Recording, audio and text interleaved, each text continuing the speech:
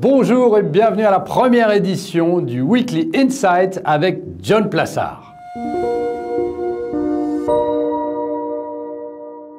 La femme de la semaine, Kamala Harris. Mardi dernier, le président Donald Trump et son challenger Joe Biden se sont affrontés avec un acharnement dans l'un des débats les plus chaotiques et les plus amers que la Maison-Blanche ait connu depuis des années. Dans ce débat, les sondages ont laissé entendre que le vainqueur était Joe Biden. Contrairement à ce qu'on peut penser, la différence pourrait se faire lors d'un autre débat, mercredi prochain, entre Kamala Harris, la colistière de Joe Biden, et Mike Pence, le vice-président de Donald Trump. On se souvient qu'il y a 4 ans, plusieurs économistes avaient affirmé que l'élection de Donald Trump s'était jouée lors du débat entre Mike Pence et Tim Kaine, le colistier alors d'Hillary Clinton. Il est effectivement probable que nous soyons alors dans le vrai débat mercredi prochain et que les programmes de chacun soient scrutés de très près.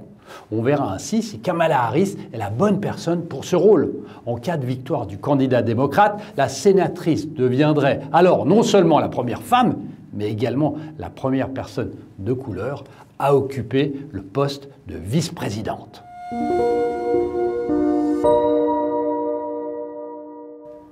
Le chiffre de la semaine, 80%.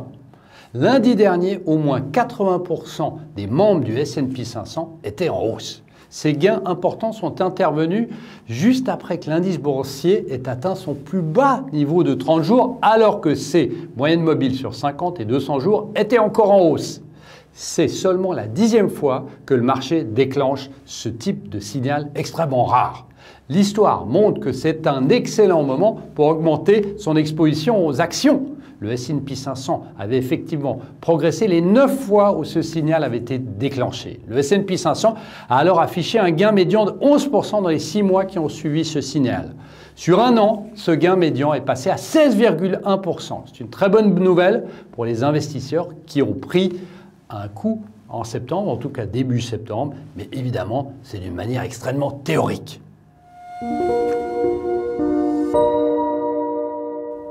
À quoi faut-il s'attendre la semaine prochaine?